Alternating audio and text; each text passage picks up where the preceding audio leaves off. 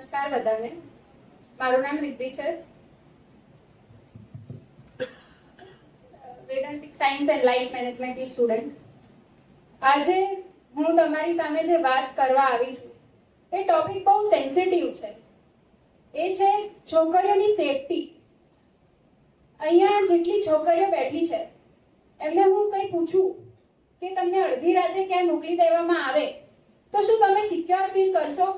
તમે safe feel કરશો? ત્યાં અડધા ઉપરથી લોકોનો જવાબ ના હશે. દુનિયામાં બે પ્રકારના લોકો હોય છે. એક જે ખાલી પ્રોબ્લેમ કે કરતા હોય છે આપણને, અને બીજા હોય છે જે સાચેમાં પ્રોબ્લેમ સોલ્વ કરવા માંગતા હોય છે. મને આ કોર્સે શીખવાડ્યું, મારો course Vedantic science and life management, કે આપણા પોતાના કલ્યાણ સાથે જગતનું કલ્યાણ થવું જોઈએ. આમાં મને હિંમત આપી છે આ કોર્સે કે આજકાલ જે બધું ચાલી રહ્યું છે આપણા સોસાયટીમાં, છોકરીઓની સેફટીના બારેમાં, એમના બધા વિચારોના બારેમાં, અને બીજી શું પ્રોબ્લેમ છે એના બારેમાં, તો એના માટે મારે ખૂબ આ એક્સપિરિયન્સ કરેલો છે. મારા અંદર એ ડર હતો પહેલા, પણ અહીંયા આવીને મને ખબર પડી છે કે જ્યાં સુધી એ પ્રોબ્લેમને ફેસ નહીં કરી શકો ને ત્યાં સુધી કઈ જ એનો ઉકેલ નહીં આવે. એટલે પછી મારામાં એક વિચાર આવ્યો કે કેમ એક સંસ્થા ના ખોલી શકાય.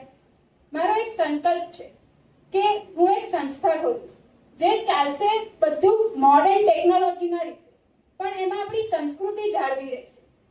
જેમાં ગેમ હશે, કરાટે ક્લાસીસ હશે, જે છોકરીઓ અને છોકરાઓ બંને માટે હશે. છોકરાઓ માટે ગેમ્સ એવી હશે, એના વિઝ્યુઅલ્સ એવા હશે કે એમને ખબર પડે કે છોકરીઓને રિસ્પેક્ટ કેવી રીતે કરવું, એમને સેફટી કેવી રીતના આપવી, એમને સિક્યોર કેવી રીતના ફીલ કરવું, એ શીખવાડવામાં આવશે. મારો ટાર્ગેટ છે કે જ્યાં સુધી હું જીવું છું ત્યાં સુધી કોઈ છોકરી વિક્ટિમ ના બનવી જોઈએ, પણ એ વોરિયર એને ફીલ થવું જોઈએ કે એના અંદર એક વોરિયર છે.